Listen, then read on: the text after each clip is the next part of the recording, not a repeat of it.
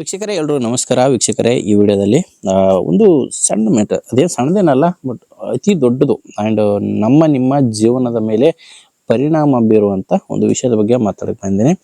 ಅದೇನಪ್ಪ ಅಂದರೆ Iran and America Russia ನಡುವೆ ನಡೀತಿರೋ ಯುದ್ಧ ಅವರವ್ರ ನಡುವೆ ನಡೀತಿದೆ. ಬಟ್ ಅದರ ಪರಿಣಾಮ ನಮ್ಮ ಮೇಲೆ ನಿಮ್ಮ ಮೇಲೆ ಕೂಡ ಖಂಡಿತವಾಗಿಯೂ ಬಿದ್ದೇ ಬೀಳುತ್ತೆ. ಇದೇ ರೀತಿ ಯುಕ್ರೇನ್ ರಷ್ಯಾ ಯುದ್ಧ ಕೂಡ ನಡೀತು. ಬಟ್ ಅದರ ಪರಿಣಾಮ ನಮ್ಮ ಮೇಲೆ ಅಷ್ಟೇನು ಕಾಣಿಸ್ಲಿಲ್ಲ.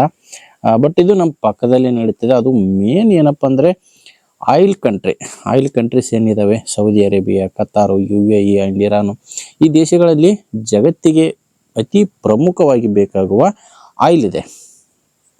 ಹಾಗಾಗಿ ಜಗತ್ತಿನ ಮೇಲೆ ಇದು ಖಂಡಿತವಾಗಿ ಪರಿಣಾಮ ಬೀರುತ್ತೆ. ಹಂಗಾಗಿ ಇದರ ಬಗ್ಗೆ ಸ್ವಲ್ಪ ಮಾತಾಡೋಣ. ಇದರಲ್ಲಿ ಮೇನ್ ಏನಪ್ಪ ಅಂದರೆ ನಾವು ಟ್ರಂಪ್ ಬಗ್ಗೆ ಮಾತಾಡಲೇಬೇಕು. ಅದೇನಪ್ಪ ಅಂದರೆ ಅದೇನೋ ನಮ್ಮ ಉತ್ತರ ಕನ್ನಡದ ಕಡೆ ಒಂದು ಮಾತು ಹೇಳ್ತಾರೆ, ಕೋತಿ ಕೈಯಾಗಿ ಎರೆತನ ಕೊಟ್ಟರೆ ಕಚೇರಿ ಎಲ್ಲ ಸೆಗಣಿ ಮಾಡಿತ್ತಂತೆ. ಹಂಗಾಗಿ ಈ ಜಗತ್ತಿನ ತುಂಬ ಈ ಕೋತಿ ಸೆಗಣಿ ಆಗ್ತಾ ಇದೆ, ಈ ಟ್ರಂಪ್ ಅನ್ನೋ ಸೆಗಣಿ. ಇಸ್ರೇಲ್ ಆ್ಯಂಡ್ ಇರಾನ್ ನಡುವೆ ನಡಿಬೋದು, ಇದಕ್ಕೆ ಪ್ರಾಬ್ಲಮ್ ಇಲ್ಲ. ಅಮೇರಿಕ ಎಂಟರ್ ಆಗಿದ್ದೇ ದೊಡ್ಡ ತಪ್ಪು. ಒಂದು ವೇಳೆ ಇರಾನ್ ಆ್ಯಂಡ್ ಇಸ್ರೇಲ್ ನಡುವೆ ಏನಾದರೂ ಯುದ್ಧ ನಡೆದಿದ್ರೆ ಅದು ಇಬ್ಬರು ನಡುವೆ ಇರ್ತಿತ್ತು ಆ್ಯಂಡ್ ಇದು ಆಯಿಲ್ ಮೇಲೆ ಅಷ್ಟು ಪ್ರಭಾವ ಬೀರ್ತಿರ್ಲಿಲ್ಲ, ಒಂದು ವೇಳೆ ಅಮೇರಿಕ ಯುದ್ಧಕ್ಕೆ ಎಂಟರ್ ಆಗಿಲ್ಲ ಅಂದಿದ್ರೆ. ಆ್ಯಂಡ್ ಮೇನ್ ಏನಪ್ಪ ಅಂದರೆ ಎಲ್ಲರೂ ತಿಳ್ಕೊಬೇಕಾಗಿರೋದು, ಇಸ್ರೇಲ್ ಒಂದರಿಂದಾನೇ ಈ ಇರಾನ್ನ ಮಣಿಸೋಕೆ ಆಗಲ್ಲ. ಅದು ಇಬ್ಬರು ಬಡ್ದಾಡ್ಕೋಬೋದು, ಇಬ್ರಿಗೂ ಡ್ಯಾಮೇಜ್ ಆಗ್ಬೋದು. ಬಟ್ ಇರಾನ್ನ ಮಣಿಸೋಕೆ ಕೇವಲ ಇಸ್ರೇಲ್ ಒಂದೇ ದೇಶದಿಂದ ಆಗಲ್ಲ. ಯಾಕಂದರೆ ಇಸ್ರೇಲು ಅತಿ ದೊಡ್ಡ ಕಂಟ್ರಿ. ಇಸ್ರೇಲ್ಗೆ ಕಂಪೇರ್ ಮಾಡಿದರೆ ಇರಾನ್ ದೊಡ್ಡ ಕಂಟ್ರಿ ಆಗಿದೆ. ಹಂಗಾಗಿ ಈ ಇರಾನ್ನ ಮಣಿಸೋಕೆ ಅಮೇರಿಕ ಮುಂದೆ ಬಂದಿದೆ. ಅಮೇರಿಕ ಇಲ್ಲಿ ಕಾರಣ ಏನೂ ಇಲ್ಲ. ಅಮೇರಿಕ ಏನಂದರೆ ಜಗತ್ತಿನಲ್ಲಿ ಯಾವುದೇ ದೇಶ ಯಾರೇ ಏನೇ ಒಂದು ದೊಡ್ಡ ಘಟನೆ ಆಗಲಿ ಅಲ್ಲಿ ಅಮೇರಿಕ ಮೂಗು ತೋರಿಸ್ಕೊಂಡು ಹೋಗೋದೇ ಅದರ ದೊಡ್ಡ ಕೆಲಸ. ಯಾಕಂದರೆ ದೊಡ್ಡಣ್ಣ ಅಂತ ಹೆಸರು ಪಡ್ಕೊಂಡಿದೆ. ಅದನ್ನು ಉಳಿಸ್ಕೋಬೇಕಾದ್ರೆ ಇಂತಹ ಸಣ್ಣ ಕೆಲಸಗಳು ಮಾಡಲೇಬೇಕಾಗುತ್ತೆ. ಹಂಗಾಗಿ ಇದನ್ನು ಕೂಡ ಮಾಡೋಕ್ಕೆ ಹೋಗಿದೆ. ಬಟ್ ಅದು ಅಮೇರಿಕಕ್ಕೆ ಒಂದು ದೊಡ್ಡ ಹೆಸರು ತರಬಹುದು, ಅದೇ ರೀತಿ ನೆಗೆಟಿವ್ ಆಗಿ ಕೂಡ ಹೆಸರು ಬರ್ಬೋದು. ಟ್ರಂಪ್ನ ಜೀವ ಹೋಗೋ ಸಮಯ ಕೂಡ ಇದೆ ಆ್ಯಂಡ್ ಅಣುದಾಳಿ ಆಗೋ ಸಮಯ ಕೂಡ ದೂರ ಏನಿಲ್ಲ. ನೋಡೋಕ್ಕಿದು ಬಾಂಬ್ ಆಗ್ತಿದ್ದಾರೆ, ದೊಡ್ಡ ಪ್ರಮಾಣದಲ್ಲಿನೇ ಬಾಂಬ್ ದಾಳಿ ನಡೀತಾ ಇದೆ ಎರಡು ದೇಶಕ್ಕೂ.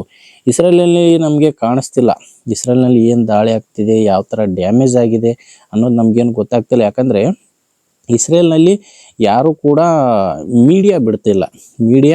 ಯಾರು ಕೂಡ ಹೋಗಿ ಅಲ್ಲಿ ರೆಕಾರ್ಡ್ ಮಾಡಿ ನ್ಯೂಸು ಹೊರಗಡೆ ಬರೋಕ್ಕೆ ಇಸ್ರೇಲ್ ಬಿಡ್ತಾ ಇಲ್ಲ. ಇರಾನಲ್ಲಿ ಏನೇನು ಡ್ಯಾಮೇಜ್ ಆಗಿದೆ ಅನ್ನೋದು ಅಮೇರಿಕ ಮತ್ತು ಇಸ್ರೇಲ್ ಕೂಡಿ ಹೇಳ್ತಾ ಇದ್ದಾರೆ, ಡ್ಯಾಮೇಜ್ ಮಾಡ್ತಾನೆ ಇದ್ದಾರೆ. ಅದೇ ರೀತಿ ಇಸ್ರೇಲ್ಗೂ ಕೂಡ ತುಂಬ ಡ್ಯಾಮೇಜ್ ಆಗಿದೆ, ನ್ಯೂಸಲ್ಲಿ ಕಾಣ್ತಾ ಇಲ್ಲ ಅಷ್ಟೇ. ಬಟ್ ನಮ್ಗೆ ಇದರಿಂದ ಏನು ಪರಿಣಾಮ ಆಗಲ್ಲ. ಬಟ್ ಮೇನ್ ಪರಿಣಾಮ ಏನಪ್ಪ ಅಂದರೆ ಇವತ್ತು ಅಂದರೆ 8ನೇ ತಾರೀಕು ಇಸ್ರೇಲ್ ಏನು ಮಾಡಿದೆ, ಇರಾನ್ನ ಆಯಿಲ್ ರಿಫೈನರಿ ಮೇಲೆ, ಆಯಿಲು ಸಂಸ್ಕರಣಾ ಘಟಕದ ಮೇಲೆ ದಾಳಿ ಮಾಡಿದೆ. ಇದರಿಂದ ದೊಡ್ಡ ಮಟ್ಟದಲ್ಲಿ ಈ ಆಯಿಲ್ ಎಲ್ಲ ವೇಸ್ಟ್ ಆಗಿದೆ.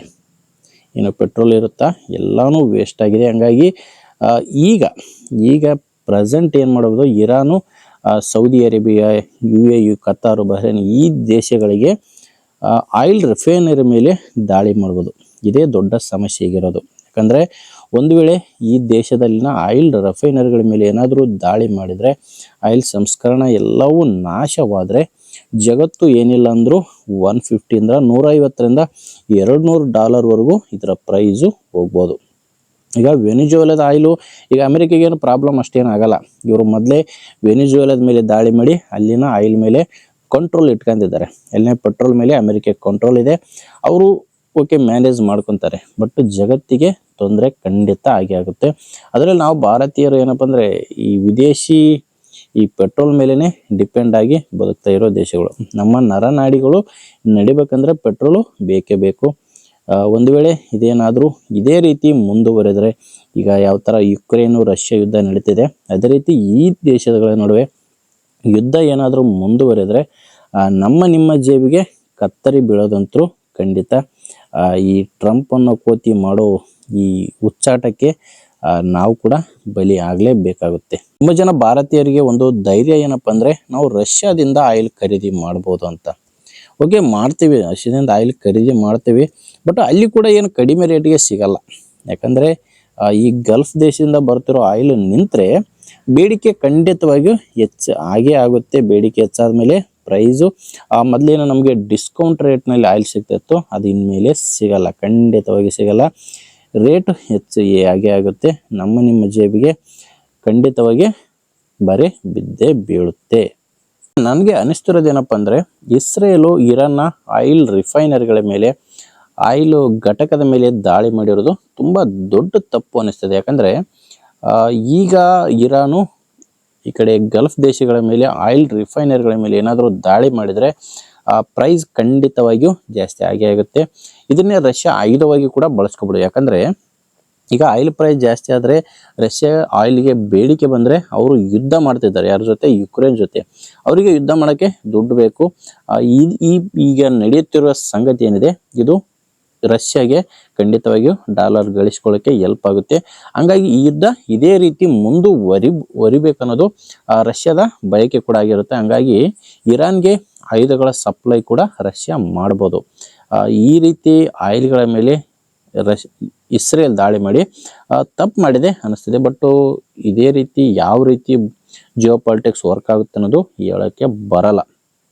ಒಂದು ವೇಳೆ ಏನಾದರೂ ಈ ಯುದ್ಧ ಈಗ ಈ ರಷ್ಯಾ ಯುಕ್ರೇನ್ ಥರ ವರ್ಷಾನುಗಟ್ಟಲೆ ಮುಂದುವರಿದರೆ ಎಲ್ಲ ದೊಡ್ಡ ದೇಶ, ಈಗೇನು ಅಮೇರಿಕ ಇರ್ಬೋದು, ಚೀನಾ ಇರ್ಬೋದು, ಆ್ಯಂಡ್ ಇಂಡಿಯಾ ಇರ್ಬೋದು, ಇಲ್ಲೇನು ದೊಡ್ಡ ಮಟ್ಟದಲ್ಲಿ ಈ ಆಯಿಲ್ಗಳ ಮೇಲೆ ಡಿಪೆಂಡ್ ಆಗಿರೋ ಕಂಟ್ರಿ ಏನಿದ್ದಾವೆ, ಎಲ್ಲ ದೇಶಗಳ ಟ್ರಿಲಿಯನ್ ಡಾಲರು GDP ಕೆಳಗೆ ಬೀಳುವ ಅವಕಾಶ ಖಂಡಿತವಾಗಿಯೂ ಇದೆ.